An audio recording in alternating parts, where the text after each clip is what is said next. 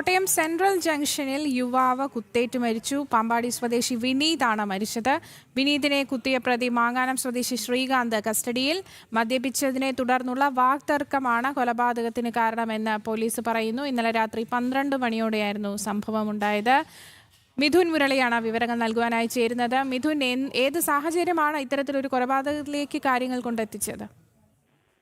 ആരിശ്രീ K P, മദ്യലഹരിയിൽ ഉണ്ടായ സംഘർഷമാണ് ഈ കൊലപാതകത്തിൽ കലാശിച്ചത്. മദ്യലഹരത്തിൽ യുവാക്കൾ തമ്മിൽ ഏറ്റുമുട്ടുകയായിരുന്നു. പിന്നാലെ കുത്തിക്കൊല്ലുകയായിരുന്നു. ചോരയൊലിക്കുന്ന ആയുധവുമായി പ്രതി കടന്നു കളയാൻ ശ്രമിച്ചു. പിന്നീട് സാഹസികമായി പോലീസ് പിടികൂടുകയായിരുന്നു. ഇന്നലെ രാത്രിയോടെ അർദ്ധരാത്രി നഗരമധ്യത്തിലെ സെൻട്രൽ ജംഗ്ഷനിലാണ് വാക്കേറ്റത്തിനെ തുടർന്ന് ഏറ്റുമുട്ടൽ ഉണ്ടാകുന്നത്. പാമ്പാടി കോത്തല തടത്തിൽ പുത്തൻപുര ഇടത്തിൽ വിനീത് 30 വയസ്സാണുള്ളത്.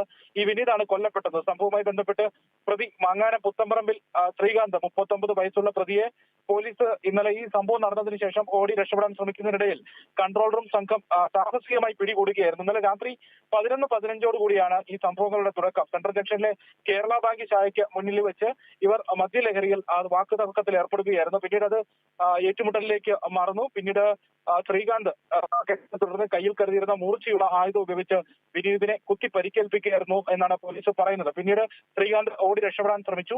വാഹന പരിശോധന നടത്തിയായിരുന്ന കൺട്രോൾ റൂമിലെ പോലീസ് ഉദ്യോഗസ്ഥർ വിവരമറിഞ്ഞ് ഈ സംഭവ സ്ഥലത്തെത്തി ശ്രീകാന്തിനെ സാഹസികമായി പിടികൂടുകയായിരുന്നു.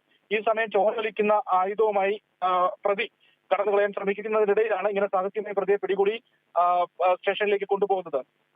ഇതിനിടയിൽ ഈ ചോരയിൽ കുളിച്ച് രക്തം മാറുന്ന നിലയിലായിരുന്ന വിനീതിനെ ഉടൻ ആശുപത്രിയിൽ എത്തിച്ചെങ്കിലും ജീവൻ രക്ഷിക്കാനായില്ല.